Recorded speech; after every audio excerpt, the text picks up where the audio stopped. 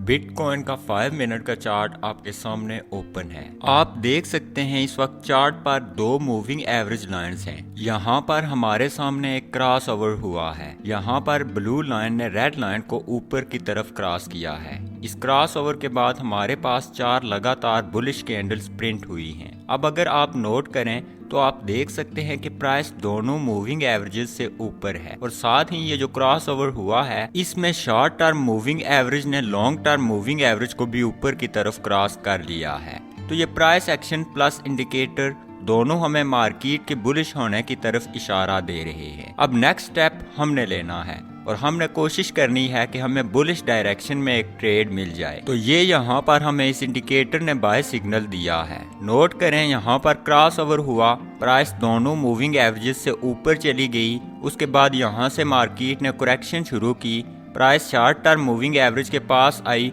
और यहाँ पर जैसे ही ये बुलिश कैंडल प्रिंट हुई इस इंडिकेटर ने हमें बाय सिग्नल दे दिया। इस सेटअप को इस्तेमाल करते हुए हमने स्टॉप लॉस इस बेरिश कैंडल से नीचे सेट करना है और हमारा टेक प्रॉफिट टारगेट कम से कम भी रिस्क की गई अमाउंट के 2 गुना होना चाहिए। फर्ज करते हैं इस बुलिश कैंडल की क्लोजिंग प्राइस पर हम मार्केट में एक बाय पोजीशन में एंटर होते हैं। हमारा स्टॉप लॉस इस बाय लेवल से नीचे है जबकि 2% प्रॉफिट यहाँ पर हमें मिल रहा है। तो देखें कितनी तेजी के साथ हमारा टेक प्रॉफिट टारगेट हिट हो रहा है। लाइव ट्रेडिंग करते हुए इस तरह की ट्रेड्स का मिलना काफी मुश्किल होता है जो इतने जल्दी आपको प्रॉफिट दे जाए। ऐसी ट्रेड्स बाज़ औक़ात ट्रेडर्स को ओवर कॉन्फिडेंस में भी मुब्तला कर देती हैं। बहरहाल ये इस सेटअप के साथ एक लॉन्ग ट्रेड की मिसाल है। आप देख सकते हैं हमारे टेक प्रॉफिट के बाद भी मार्केट काफी ऊपर गई।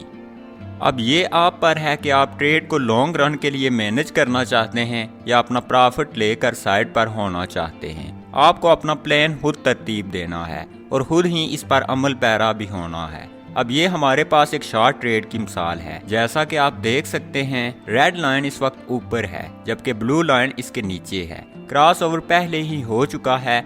शॉर्ट टर्म मूविंग एवरेज ने लॉन्ग टर्म मूविंग एवरेज को यहाँ पर नीचे की तरफ क्रॉस किया है। प्राइस दोनों मूविंग एवरेजेस से नीचे ट्रेड हो रही है जिसका मतलब है कि ओवरऑल इस वक्त मार्केट पर सेलर्स का कंट्रोल है। ये कंडीशंस देखते हुए हमने मार्केट को सेल करने की कोशिश करनी है, लेकिन उसके लिए हमें एक बेहतर जगह तलाश करनी है। अब यहाँ पर आप देखें मार्केट ने पुल बैक लिया है और इस शॉर्टर पीरियड मूविंग एवरेज को टेस्ट किया है, लेकिन इसको टेस्ट करने के बाद यहाँ पर एक बड़ी बेरिश कैंडल प्रिंट हुई जिसके साथ ही इस इंडिकेटर ने सेल का सिग्नल प्रिंट कर दिया। तो इस सिग्नल को देखते हुए हम आसानी से यहाँ पर एक शॉर्ट पोजीशन में एंटर हो सकते हैं। स्टॉप लॉस हमने इस बुलिश कैंडल की हाई से ऊपर सेट करना है जबकि टेक प्रॉफिट टारगेट रिस्क की गई अमाउंट के 2 गुना होगा।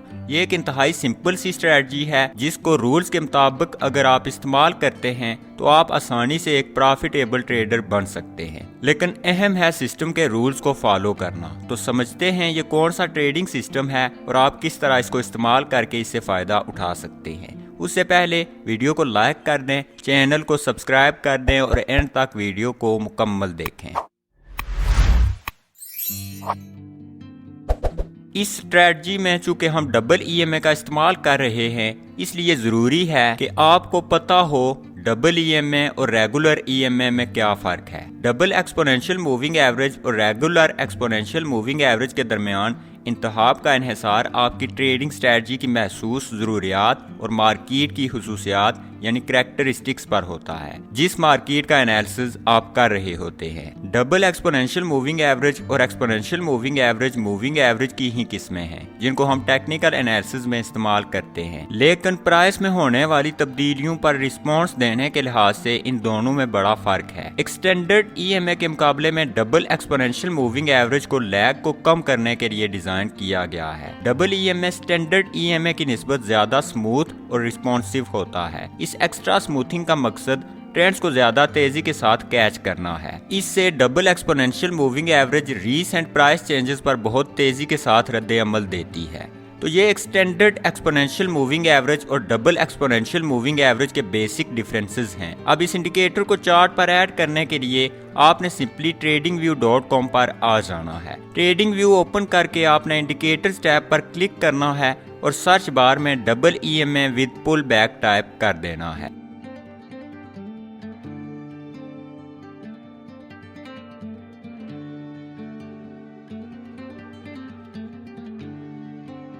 टाइप करने के बाद आपके पास ये इंडिकेटर आ जाएगा। आपने इस पर क्लिक करके इसे चार्ट पर ऐड कर देना है। ऐड करने के बाद आपने इस पर डबल क्लिक करके इसकी सेटिंग्स को ओपन कर लेना है।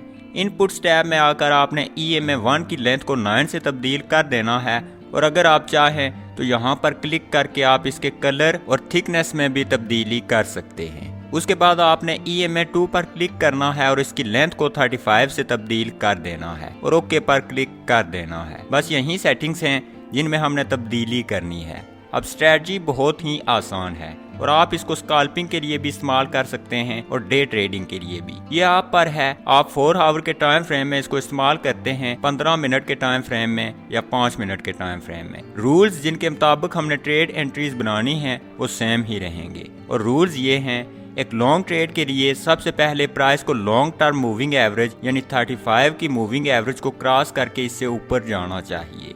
उसके बाद शॉर्ट टर्म मूविंग एवरेज को लॉन्ग टर्म मूविंग एवरेज को ऊपर की तरफ क्रॉस करना चाहिए। ये क्रॉस ओवर हमारे लिए मार्केट में बुल्स के हैवी होने का इंडिकेशन होगा। उसके बाद प्राइस को पुल बैक लेना चाहिए और शॉर्ट टर्म मूविंग एवरेज या इससे नीचे तक आना चाहिए, लेकिन इस दौरान प्राइस को लॉन्ग टर्म मूविंग एवरेज से नीचे क्लोज नहीं होना चाहिए। अगर विक्स लगती हैं तो कोई मसला नहीं, लेकिन क्लोजिंग पर आपकी नजर होनी चाहिए। फिर जब pull back long term moving average से ऊपर रहते हुए मुकम्मल हो जाए और प्राइस रिवर्सल लेना शुरू कर दे और इंडिकेटर बाय सिग्नल प्रिंट कर दे तो हमने एक लॉन्ग पोजीशन में एंटर हो जाना है। ये आपके सामने 4 आवर का टाइम फ्रेम ओपन है। यहाँ पर प्राइस ने लॉन्ग टर्म मूविंग एवरेज की रेजिस्टेंस को ब्रेक किया है और साथ शॉर्ट टर्म मूविंग एवरेज ने भी लॉन्ग टर्म मूविंग एवरेज को ऊपर की तरफ क्रॉस किया है।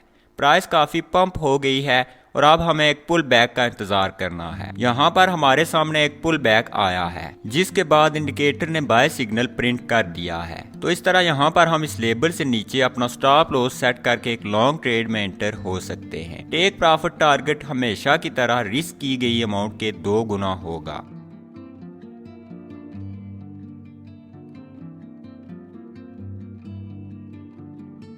अब एक शॉर्ट ट्रेड लेने के लिए भी हमारे पास रूल्स बिल्कुल यही होंगे, लेकिन लॉन्ग ट्रेड के ओपोजिट होंगे।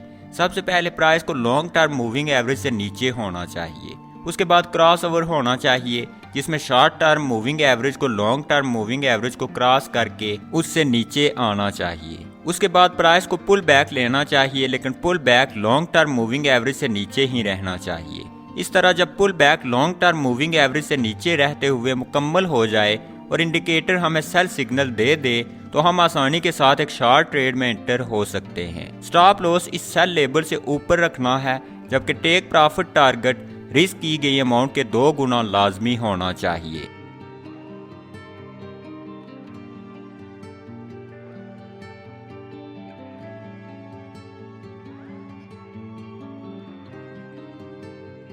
बाज़ औक़ात आपको ये दोनों मूविंग एवरेजेस एक हॉरिजॉन्टल लाइन की तरह सीधी और एक दूसरे के बहुत करीब नजर आएंगी। इस दौरान लगातार बाय या सेल लेबल्स प्रिंट होते हुए भी आपको नजर आएंगे।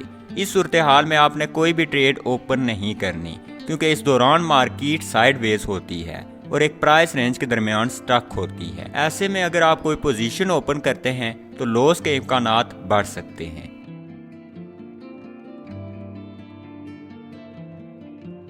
अगर आपने कुछ नया सीखा तो वीडियो को लाइक कर दें और चैनल को सब्सक्राइब कर दें। नेक्स्ट टाइम तक खुदा हाफिज़।